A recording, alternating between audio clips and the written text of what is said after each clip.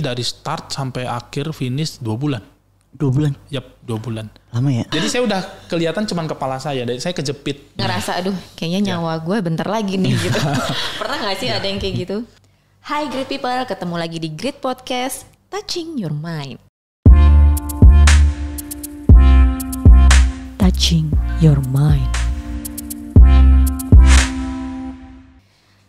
Di sini ada saya Flora dan rekan saya Akbar. Nah Bar, kita mau ngomongin apa nih kira-kira?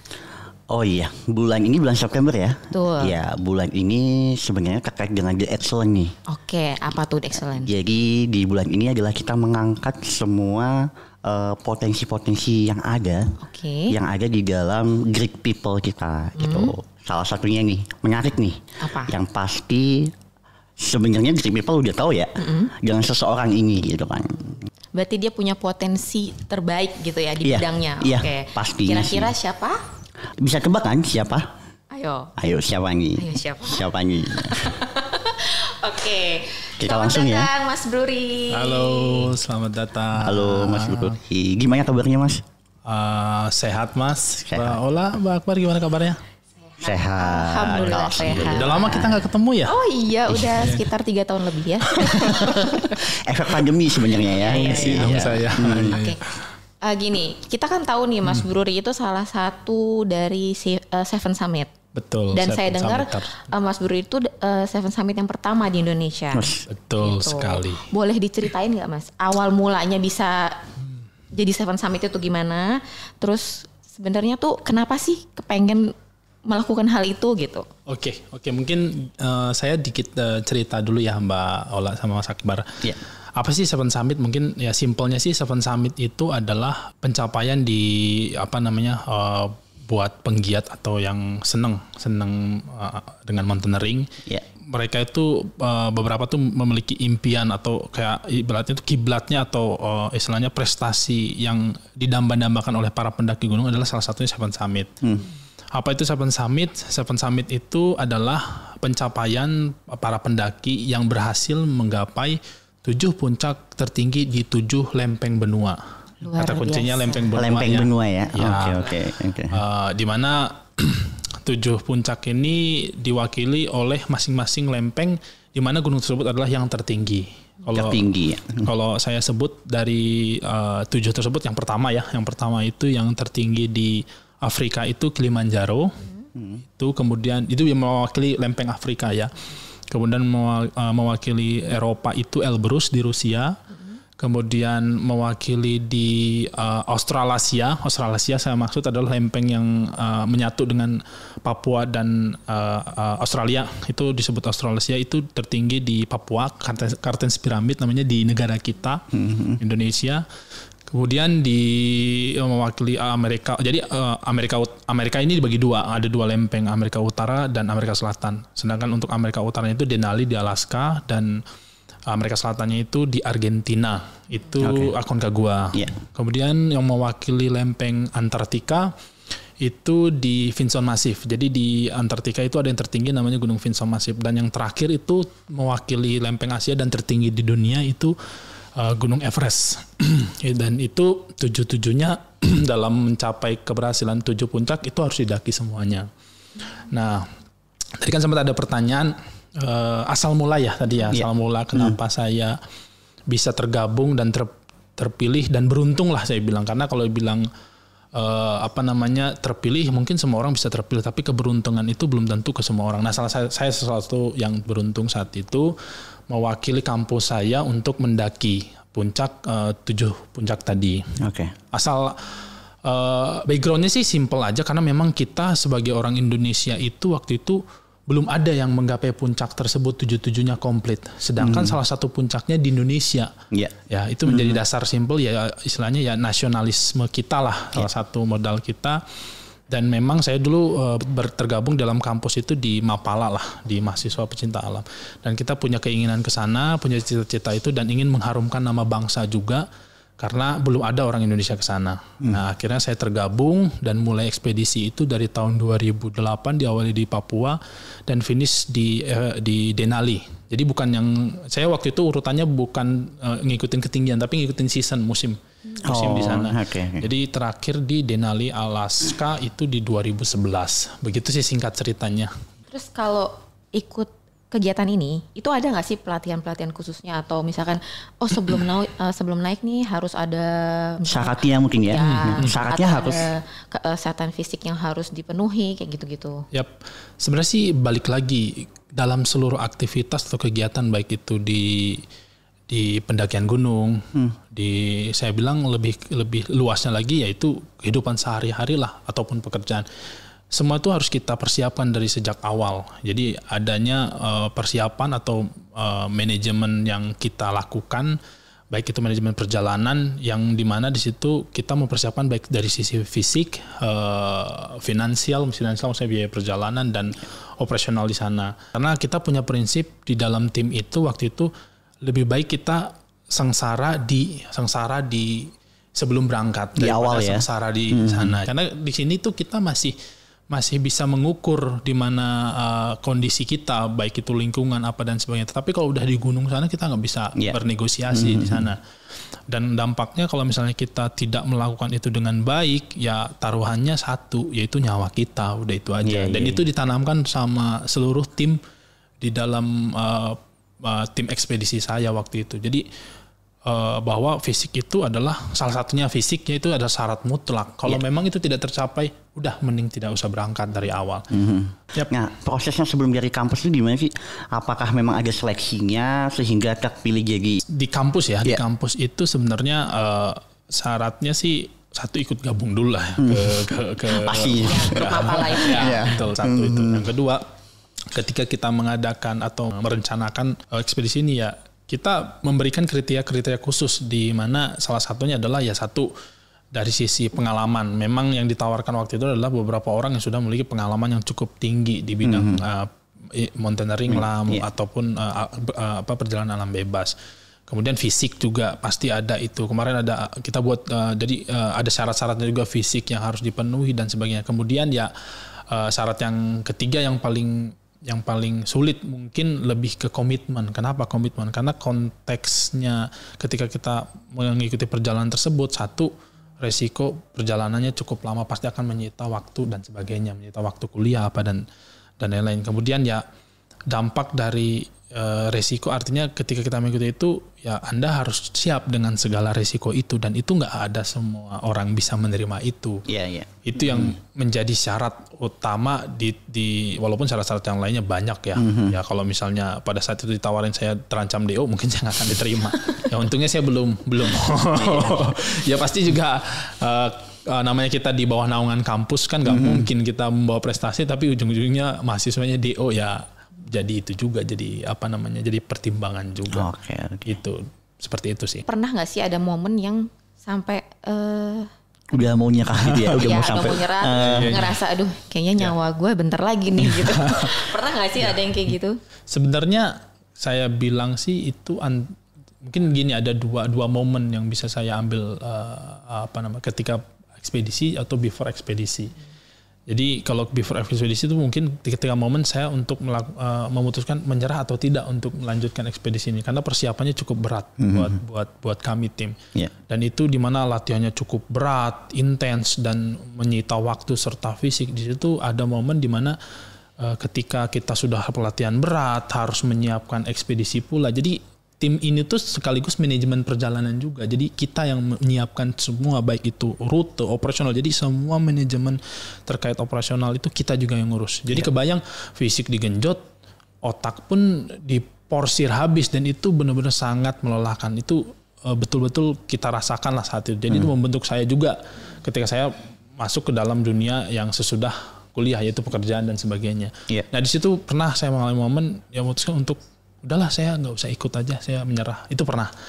Tetapi ya balik lagi dengan cita-cita dan keberuntungan saya itu tadi, itu harga yang cukup murah lah dibandingkan ya kamu kapan lagi bisa mendaki itu. Semua orang tuh pingin, tapi dia keterbatasan dana, nggak punya budget ataupun nggak punya kesempatan lah. Dan itu menjadi semangat saya. Itu yang waktu saya yang saya alami ketika sebelum ekspedisi. Nah, menariknya lagi ketika ekspedisi, kalau bicara antara hidup dan mati, jujur saya pernah.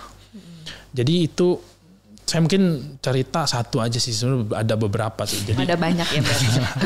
Masing-masing gunung mungkin punya ancaman. Punya, Jadi gini, jadi waktu ke gunung yang terakhir itu adalah gunung yang dimana sangat riskan buat kami. Kenapa? Kebayangkan orang berpikir ini gunung terakhir pasti kesabaran kita diuji, pengennya buru-buru beres apa dan sebagainya. Tahu yang namanya pokoknya nyelesain terakhir tuh benar-benar diuji lah kita di sini. Pengennya cepet ya. Pengennya cepet. Iya. Ada satu momen, jadi waktu itu kita setelah pulang dari Everest, jadi gunung ke-7 tuh gunung ke-6-nya Everest. Jadi setelah Everest kita balik ke Indonesia selang berapa minggu gitu atau berapa bulan langsung pergi ke Alaska waktu itu. Jadi secara fisik sebenarnya bagus itu fisik karena kita tidak perlu sempat standby dulu. Jadi fisiknya istilahnya masih on fire lah karena baru dari Everest kan. Dan pertimbangan waktu itu seperti itu. Tapi alhasil kita sampai di Alaska itu di ujung seasonnya pendakian summer. Jadi udah mulai masuk. Udah masuk ke summer puncaknya di Alaska sana lah. Kenapa itu menjadi masalah? Karena kita itu jalan, jadi di rutenya di Denali itu kita tuh ada di mana satu trek, kita tuh berjalan di atas glacier. Glacier itu kan salju yang bergerak. Itu kan di atas lempengan es semua. Nah, ketika kita berada di posisi di mana summernya itu di puncaknya, artinya intensitas matahari tinggi, itu kan mencair. Yeah. Jadi ada istilahnya dulu krevas-krevas, tahu kan krevas itu rekahan, balok-balok es yang gede, itu membentuk jurang. Kalau pernah nonton Vertical Limit yang ada jatuh, itu krevas namanya. Nah, krevas itu sangat banyak kalau kita ketemu di namanya trek yang namanya glacier itu, karena kan dia bergerak dan membentuk bongkahan. Nah, yang dulunya sebelum masuk ke season summer itu tuh tertutup salju. Jadi ada snow bridge jembatannya tuh jadi menjadikan jembatan ya. Nah, itu mulai mencair. Akhirnya yang dulu jadi yang kalau misalnya kita masih awal-awal season krevas itu jelas ya memang udah jurang. Yang ada pun tertutup itu pasti kokoh lah sih. Nah, ketika di akhir season itu banyak krevas yang tersembunyi yang secara kasat mata itu flat. Ternyata itu ada lapisan esnya sudah itu. Nah, baru jalan nggak nyampe sepertiga perjalanan jalan dan saya itu di posisi jadi urutannya kita kan waktu itu ada teknik walking together. Nah, walking together ini buat teman-teman biar yang belum tahu, walking together itu kita jalan. Saya misalnya sama Mbak Ola sama Mas Sabar jalan bareng tapi kita terikat tali. Itu walking together ya. Jadi kita jalan itu pakai tali tersambung. Kenapa? Tujuannya adalah ketika kita masuk area yang tidak kita ingin kayak jurang apa, teman yang lain itu menyelamatkan. Cuman catatannya teman yang jatuh harus ngasih tahu. Misalnya kalau jatuh kan fall. Nah, Mas Akbar sama Bola tuh harus siap-siap. Ada tekniknya siap. Nah, jalannya kalau sampai orang yang ngasih tahu salah atau nggak ngasih tahu hilang bleng, ya udah kalian ketarik. Akhirnya tiga-tiganya masuk jurang. Jadi waktu itu saya di posisi belakang karena mungkin bobot saya yang paling berat dari sisi bobotnya karena kan dihitung dengan carrier dan sebagainya. Jadi teman saya lolos. Yang pertama lolos, yang kedua lolos, yang ketiga saya. Jadi saya tiba-tiba ngeblos jauh ke bawah gitu, kayak jatuh gitu aja langsung fall aja dan saya sempat masih sadar fall. Yang menyelamatkan saya itu karena itu baru pertama kali start, tas saya itu penuh. Jadi saya kejepit, jadi saya terjepit terus ketahan dada sama tas saya. Tapi teman saya juga udah keburu-buru langsung istilahnya bersiap-siap untuk menahan saya gitu dan itu sempat ketarik. Dan saya melihat sempat saya melihat kanan, jadi kayaknya saya terjepit sini. Ini posisi. Jadi saya udah kelihatan cuman kepala saya. Jadi saya kejepit tas saya dan hokinya waktu itu saya teriak, saya kejepit. Jadi saya masih nyangkut dan saya tuh kalau di Denali itu tidak hanya bawa tas tapi bawa sled. Bawa sled itu kayak kereta apa yang salju itu yang kayak model ember panjang sih. Kita taruh barang situ terus kita seret sama badan kita. Itu nggak masuk. Kalau itu ketarik masuk, artinya bobot saya ketambah dan saya ketarik lagi ke bawah. Nah, pada saat saya lihat kiri kanan ya itu bawah tuh nggak ada ujungnya dan gelap. Artinya kalau misalnya at least itu mungkin ya 50-100 meter mungkin baru nyentuh bawah kalau nggak menyentuh air. Kan itu. Nah, itu di salah satu kejadian yang membuat saya tuh ya ini resiko dari semuanya. Tapi ya saya mengalami keberuntungan, artinya ya udah kita coba lebih hati-hati lagi coba relax dulu dan coba review regrouping lagi, kita coba itu dan kita lakukan perjalanan lagi. Jadi itu salah satu perjalanan saya pernah masuk ke dalam career fast itu.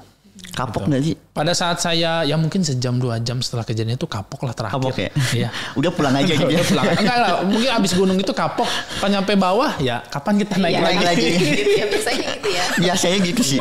Biasanya gitu. Ya gitu, tapi ya balik lagi itu salah satu kejadian yang membuat saya tuh ya dengan preparation yang luar biasa aja, ya bukan luar biasa ya dengan matang lah itu pun tidak bisa terhindarkan.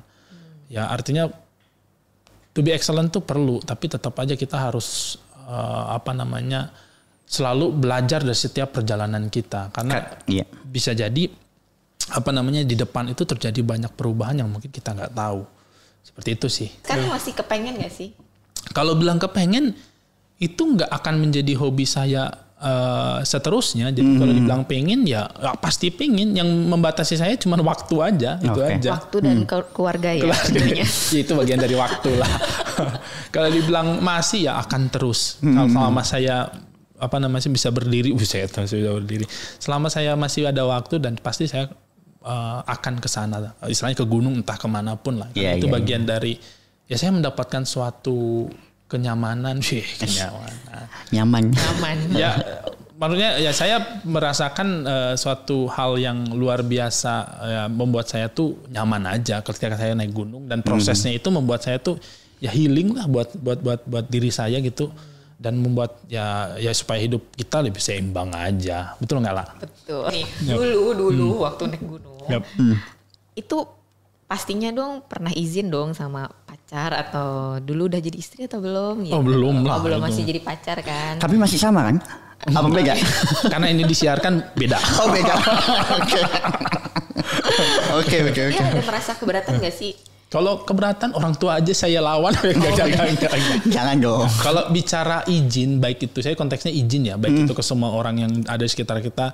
Ya saya menjelaskan bahwa semua yang saya laksanakan itu dilakukan dengan persiapan gitu. Jadi saya jelaskan persiapannya, tapi tidak melupakan risikonya ada. Jadi saya tidak membohongi karena ketika kita di sana kan satu kita nggak bisa komunikasi dengan cukup intens ya karena kan keterbatasan sinyal dan alat komunikasi waktu itu hanya telepon satelit 1 menit berapa dolar malah dibagi lagi kan. lagi.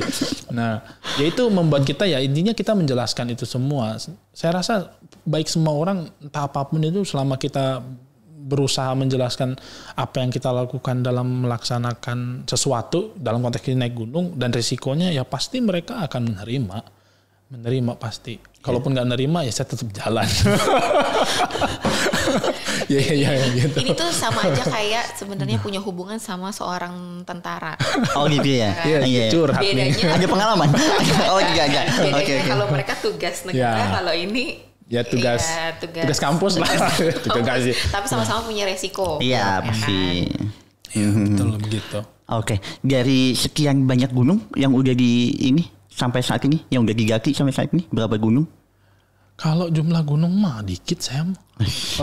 Lebih ke sombong. Iya, enggak beneran. Kalau dibandingin sama teman-teman yang lain mungkin saya hitungannya enggak banyak sih karena memang saya tuh begitu mulai menggemari hobi gunung ini ketika saya gabung Mapala tadi. Dan saya beruntung langsung mendaki Gunung Indonesia beberapa langsung ke situ. Dan setelahnya ya ke dunia kerja ya paling ya bareng Ola sama Mas Akbar. Udah itu aja, enggak banyak. Oke. Dari semua gunung nih kan karakternya beda-beda nih ya. Ada nggak sih satu gunung yang bikin pengen balik lagi gitu kan? Kalau gunung, saya sih biasanya gunung.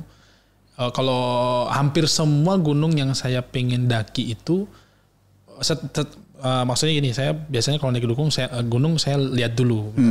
Itu saya ke Rinjani misalnya, Rinjani bagusnya ini.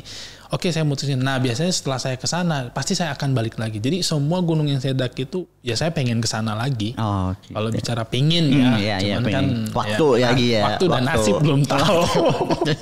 Dulu waktu Seven Summit itu, yang mendaki 7 gunung itu, timnya tuh berapa orang? Kalau tim saya waktu itu berempat dan 4-4-nya kita bareng semua beres. 7-7-nya. Jadi ditanya 4, ya 4-4-nya menyelesaikan itu semua bareng-bareng. Itu gendernya laki-laki semua? Ya, gender laki-laki. Betul. Tapi jangan salah, ada yang ceweknya kok baru beres juga waktu tahun 2000 berapa ya. Itu adik kelas saya juga, itu 2 orang, dia menjadi 2 orang wanita pertama Indonesia yang mencapai Seven Summit tadi. Jadi kalau kebetulan kampus kita itu beruntung menjadi tim saya orang Indonesia pertama. Ya ceweknya ya cewek pertama gitu loh. Seperti itu. Pernah ketemu ini gak sih Mas Duri, kayak di TV-TV gitu loh yang ada badai-badai saljunya gitu. Ada. Jadi itu kan serem banget. Iya benar sih. Itu beberapa gunung kita mengalami itu, dan salah satu yang paling berat itu di Argentina. Jadi di Argentina itu terkenal dengan badai saljunya. Karena badai saljunya itu selain lebat, dia berkabut. Sehingga saking kabutnya itu dia berwarna putih. Namanya, bahkan dikasih nama El Viento Blanco. El Viento Blanco tuh, pokoknya blankonya itu putih lah. Ya. Ini kita cari bareng-bareng. Iya. Jadi saya ketika di sana itu begitu sampai puncak, turunnya dilanda badai tebal seperti itu. Jadi jarak pandangnya itu 10 sampai 15 meter. Jadi kebayang 10 sampai 15 meter ya kita hitungannya yang ngeraba-raba. Jadi kalau salah jalan udah tiba-tiba blank jurang di depan. Nah itu mengalami itu, dan itu sangat, yang namanya badai itu lebih ke apa ya? Kalau fisik kita lagi down, itu membuat kita semakin cepat drop. Tapi kalau kita memang posisinya masih fisik bagus, ya paling ya risikonya kita kesulitan aja mencari arah kembali di mana sih camp kita dan sebagainya. Risikonya di situ, navigasi sih sebenarnya. Itu sangat mengerikan sih waktu itu. Itu salah satu pengalaman yang hidup dan mati juga itu. Oh di situ ya, di Argentina berarti? Di Argentina itu di Aconcagua. Ya, jadi setelah jam berapa kita tuh sebenarnya harus turun. Cuman waktu itu ada tim kita yang ya speednya nggak cepet lah. Jadi kita namanya tim kan, kita nggak boleh ninggalin bareng-bareng. Akhirnya kita terlalu siang, dan pulangnya pun ya memang sudah diinformasikan sebelumnya jam segini ke atas itu akan turun badai, dan itu yang kita alami. Ya untungnya kita masih diberikan kesempatan untuk sampai ke camp dan selamat. Itu sempat ada konflik gitu nggak sih Mas antar? Konflik masih. Itu salah satu konfliknya juga, itu gimana caranya tinggal atau enggak, suruh turun atau enggak. Itu kan bagian dari konflik. Iya benar. Itu udah, misalnya saya sama Akbar, udah Akbar ngapain sih nyapain? Tinggal aja udah. Dan dalam batin begitu, dalam diri masing-masing pasti akan terjadi ego ya, ego. Tapi balik lagi, kita harus mengukur resiko masing-masing. Kalau masih bisa, kita push dia. Jadi jangan culas juga gitu, maksudnya Akbar nih masih bisa nih, dia cuman nggak mau, dia istilahnya dia menolak dirinya. Kita bantu itu. Tapi kalau si Akbar ini, ada juga waktu itu kejadian, ada orang yang wah enggak, gue masih bisa, tapi kita ngelihat dia jalannya udah sempoyongan, dipanggil nggak nyahut apa. Nah di situ kita harus ngerti. Jadi kenali sesama tim Anda gitu, maksudnya ya know each other lah. Artinya yang paling penting bisa ngukur temanmu, dan jangan lupa ngukur diri sendiri. Iya, bagus juga ya ceritanya. Oke, jadi ini ada foto ya. Ini Photoshop ya. Kayaknya nggak ada bukan. Iya. Gagal Mas dari Google. Dari Google ya. Oke, bisa diceritain gitu nggak sih? Ini gimana gitu? Ini tuh waktu saya perjalanan ke Everest waktu itu. Everest ya. Ya ini salah satu. Yang ini ya, Guri. Ini nih. Oh bukan. Nggak, itu saya sebelah yang jaket kuning itu. Oh iya. Berkarisma orangnya.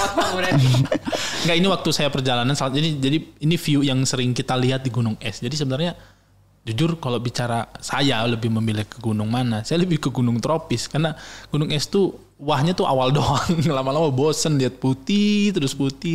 Oke. Ya ini pandangan yang sering kita. Nah resikonya di jalan seperti ini, satu pasti kulit terbakar, sunburn, karena kan dia 2 kali. Satu dari matahari, kedua pantulan es lagi tuh mantul lagi kita. Jadi benar-benar kulit terbakar tuh sangat bisa mengganggu kita. Jadi benar-benar kita harus sering olesin sunblock lah untuk kulit-kulit yang terbuka seperti muka. Kalau jaket kan relatif tertutup, sama kacamata. Kalau kita nggak pakai kacamata atau males, itu kita potensi kena snow blind. Snow blind itu bisa merusak mata kita karena terang sekali. Ya kayak kita ngelihat cahaya yang sangat tinggi intensitas cahayanya, yaitu bisa merusak mata. Dan jangan lupa, karena ini dingin, karena di tempat-tempat tertentu dingin, kita kadang melupakan minum. Jadi saya patokannya waktu 6 liter. 6 liter tuh harus minum ya konteksnya minum, bukan minum air mineral, bukan minum air bening.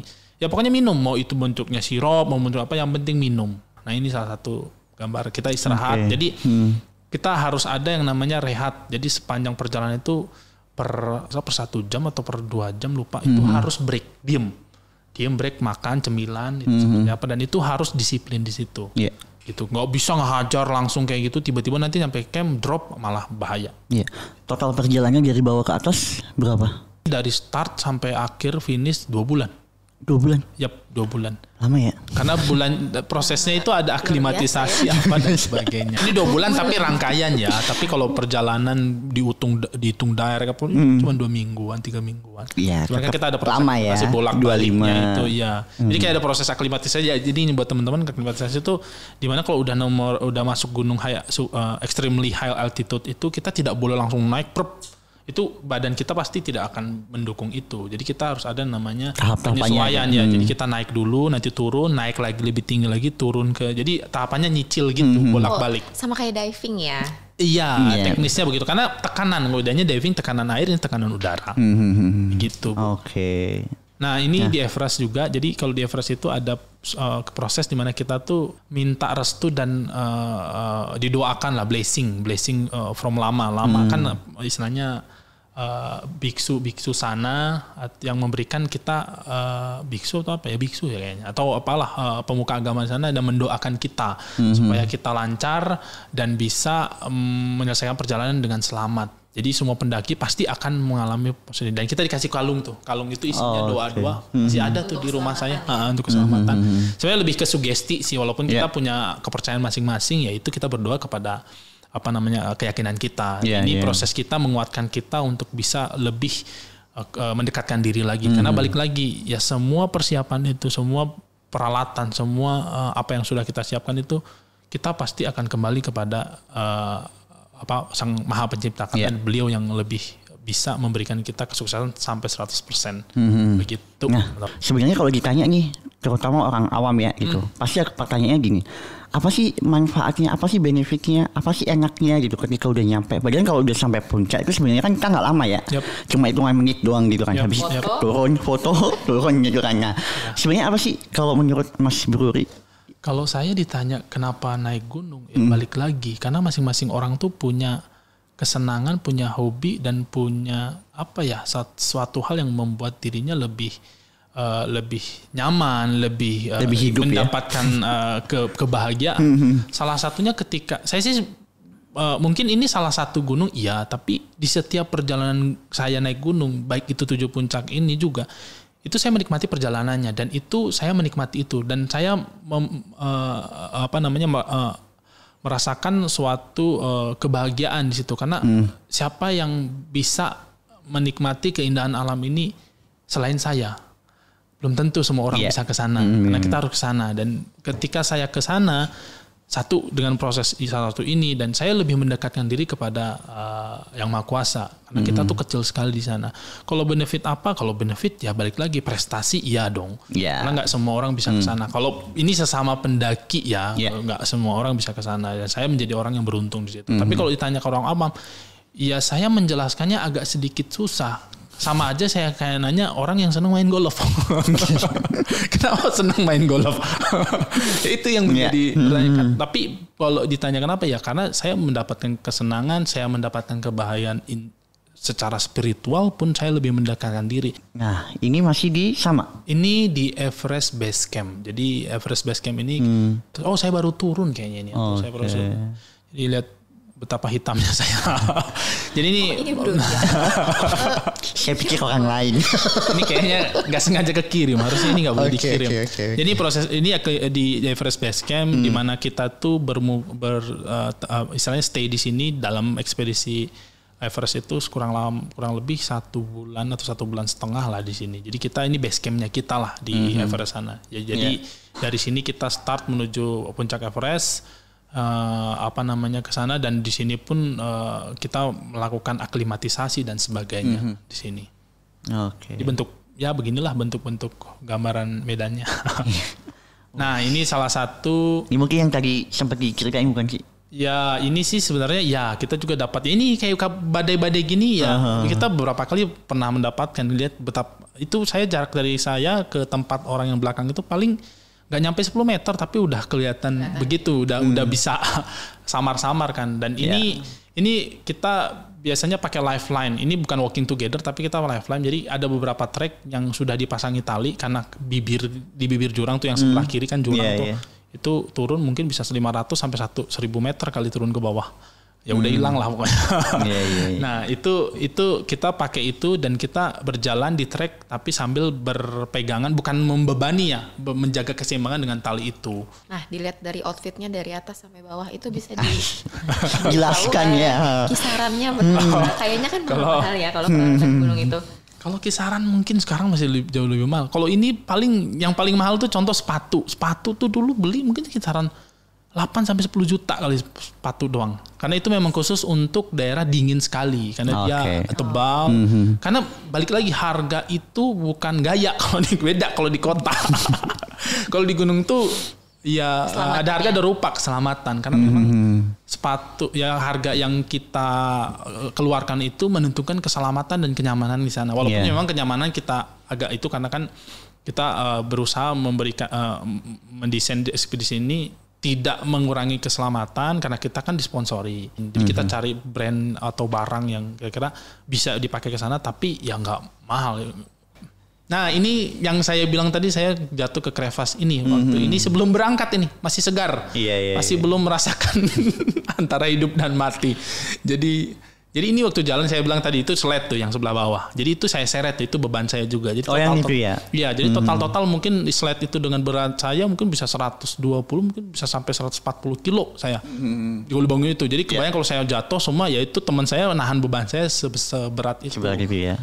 Nah, ini yang unik ini waktu di Everest juga. Jadi uniknya Everest itu kita itu udah masuk ke gunung yang kondisinya itu udah dead zone. Jadi di 7.000 berapa? 7.600, pokoknya 7.000-an ke atas itu udah 7.000 ya. Dead zone namanya. Dead zone itu di mana manusia itu ya walaupun sebenarnya ada rekor-rekor yang dilakukan para pendaki tanpa oksigen ada, tapi waktu itu itu bukan tujuan kita. Jadi ada kalau ketika udah ketinggian dead zone itu ya kita harus menggunakan oksigen ini sehari-hari karena untuk menyokong hidup kita karena di sana posisinya adalah kalau udah 7.000 itu hitungannya adalah sama dengan 30% kadar oksigen kita saat ini. Jadi kebayang saya hirup di sana itu yaitu 30% saja. Jadi perlu ditambah dan itu buat buat keselamatan pendaki juga. Jadi setelah di sini sampai ke puncak saya harus pakai ini terus. Jadi dibawa gitu ya? Dibawa, dimasukin ke tas. Nah, ini udah mulai jalan ke arah puncak. Sebenarnya banyak juga ya yang kalau grup lain ada. Jadi waktu saya itu termasuk rame juga sih, tapi terakhir ada tuh yang tahun berapa saya lupa itu yang masuk viral juga di mana pendakian itu rekor kalau nggak salah dan akhirnya menyebabkan traffic di jalurnya Everest dan itu cukup mengerikan, mengerikan menurut saya karena kan kita nggak bisa nyusul dan sebagainya dan itu akhirnya nunggu oksigen kita berkurang dan itu sangat untungnya waktu saya itu saya tuh kalau nggak salah 100 berapaan lah, ada 100-an pendaki yang di sana dan itu terbagi dari beberapa tim ekspedisi dan mereka tersebar di camp-camp yang sudah ditentukan. Itu salah satunya tuh. Nah ini dalam camp, ini teman saya namanya Jonathan, teman kampus juga, ya memang kita satu kampus. Berarti satu tenda berdua? Kalau untuk udah agak tinggi misalnya ya camp-camp sampai mau ke puncak lah ya kita ngirit lah karena kan beban kan itu berdua, tapi kalau di bawah kita seorang satu beberapa, tapi mayoritas tenda 2 ya untuk supaya kenyamanan juga sebenarnya gitu. Ini di camp 3 ini camp 3-nya Everest ini. Ini waktu kita melakukan aklimatisasi. Jadi kerjanya tuh nge-camp, tidur di camp 3, turun lagi camp 2. Naik lagi camp 4, turun di camp 3. Ya kayak gitu teknisnya, turun naik gitu. Berarti sesuai sih sama waktunya tadi ya. Iya, memang didesain gitu. Iya, betul. Ini udah mulai itu. Nah, ini ini fotografernya ini. Enggak, itu istilahnya guide kita. Yang nge-guidein kita orang Jepang itu teman saya, udah jadi teman lah. Itu orang tua tuh tapi jago banget tuh. Orang Jepang ya memang kan rata-rata orang Jepang gitu ya. Dia semakin tua juga karena sering olahraga, hidup sehat, masih kuat aja. Waktu saya ketemu di sini 50-an. Mungkin sekarang udah 60 kali. Itu namanya Hiroyuki Kuroka, dia dari orang Jepang. Nah ini kenapa kita buka kok nggak dingin? Nah jadi ada satu tempat di ketika matahari lagi terik-teriknya, terus kita ada di area lembah, itu kan bentuknya kayak kuali jadinya. Jadi di situ tuh salju tapi panas banget, bisa sampai 40 sampai 45 derajat loh. Panasnya karena dia suhu udaranya karena memang dari atas sama dari pantulan bawah ya. Membuat area segitu panas sekali.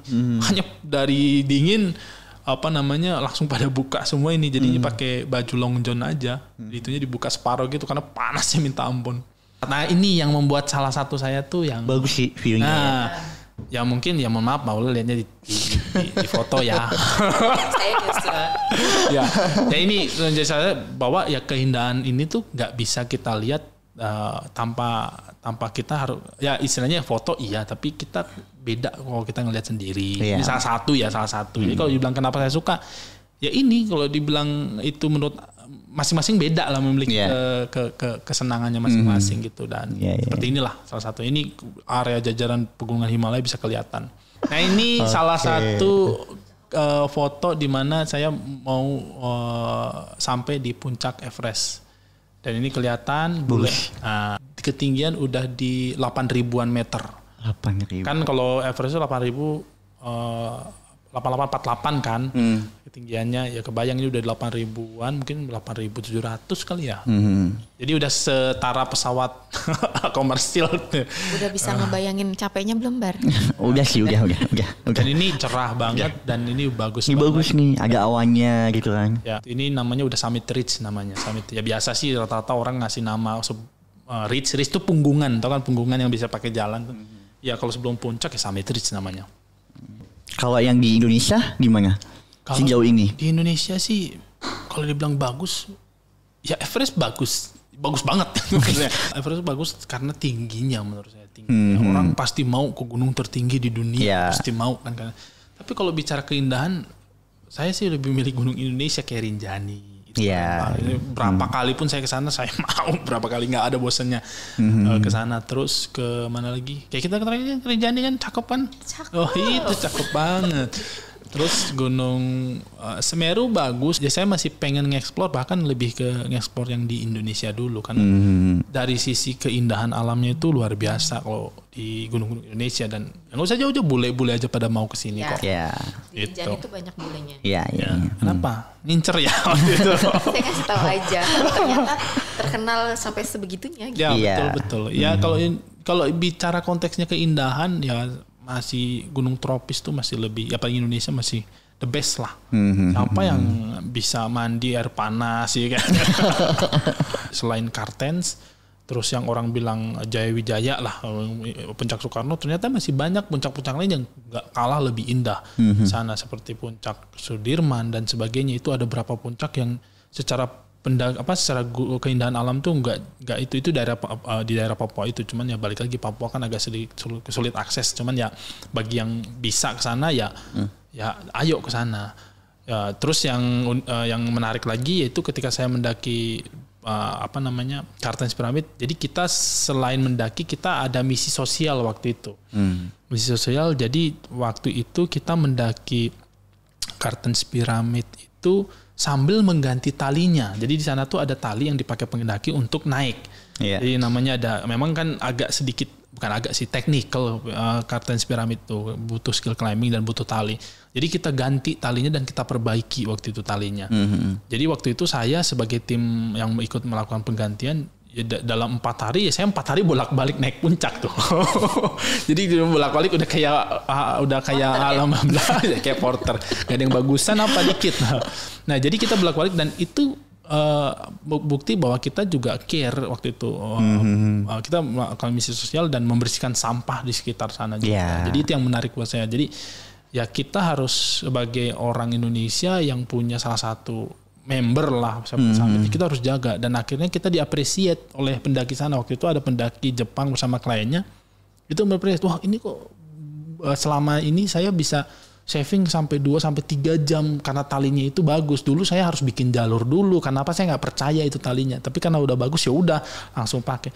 Dan pendaki itu yaitu si Hiroyuki Kurokawa malah mempertemukan kita. Jadi berbuat baik itu akan diberikan buah kebaikan juga langsung saat itu. Luar biasa kan. Jadi kita ketemu langsung dan akhirnya kenal, itu membuka kita untuk pintu akses informasi dan peluang melanjutkan ke gunung-gunung yang lainnya. Iya, tepuk tangan dong. Gitu. Oke. Mas Buri itu punya saran gak sih untuk teman-teman nih yang mau memulai ya? Ya, gue kayak pengen deh jadi. Kita tuh harus to be excellent tuh penting dalam melaksanakan segala sesuatu. Baik itu dalam melaksanakan perjalanan alam bebas atau menjalankan hobi apapun, yang segala sesuatunya itu termasuk pekerjaan, yang segala sesuatunya punya resiko. Ketika kita menjalankan sesuatu tuh kita harus serius dengan hal tersebut. Kita harus komitmen, kita harus serius, dan kita harus menyukai. Harus passion kita harus di situ. Karena suka dulu ya. Suka dulu. Setelah suka itu modal kamu untuk melakukan pekerjaan itu lebih terukur, tertata, terencana. Dan apa satu lagi T-nya biar banyak. Dijalani dengan sesuai apa yang kita rencanakan. Itu sih yang mungkin sharing ya, bukan ngajarin ya. Saya juga sebenarnya ngasih tahu ini karena memang saya sudah mengalami itu. Saya lebih suka sharing karena ini sudah saya alami. Ya baik, silahkan ditiru. Ya kalau enggak ya mungkin teman-teman punya pemikiran sendiri. Itu sih pendapat saya. Iya. Baik. Oke, jadi baik great people. Dari perbincangan kita tadi ya cukup menarik ya. Banyak lah sebenarnya, kalau kita nggak terbatas waktu pasti panjang. Banyak yang mau ditanyakan lagi. Jadi dari sekian banyak yang diceritakan sama Mas Buri tadi, ada beberapa poin ya yang mungkin perlu kita sampaikan lagi ya untuk great people. Jadi sebenarnya untuk excellent yang sesuai dengan tema di bulan ini ya gitu. Oke, jadi Seven Summit adalah gambaran para mountaineers untuk bisa menaklukkan 7 gunung tertinggi di dunia. Apa saja di 7 itu? Yaitu yang pertama adalah di Asia, ada di puncak Everest, kemudian ada di Australia, ada di Kartens Pyramid, kemudian ada di Afrika.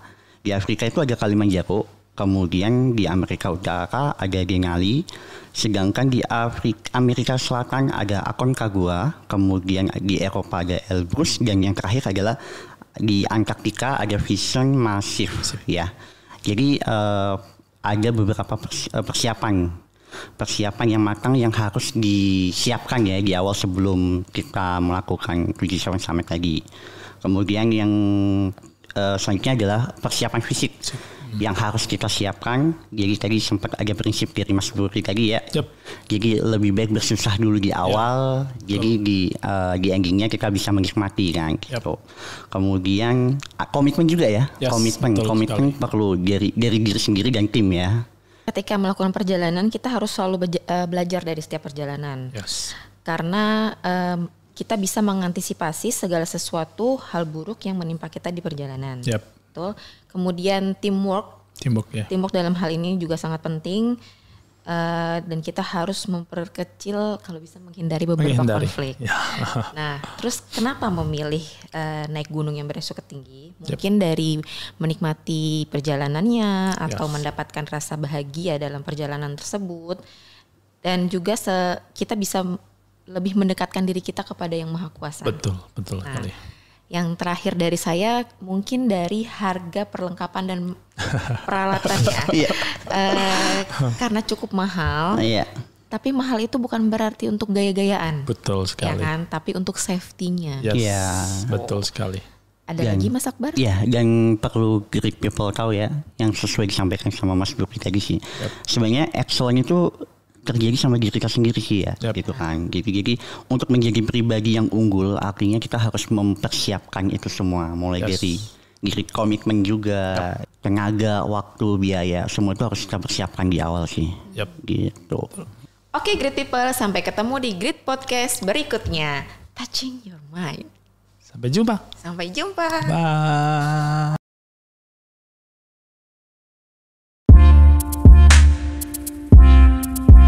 Touching your mind.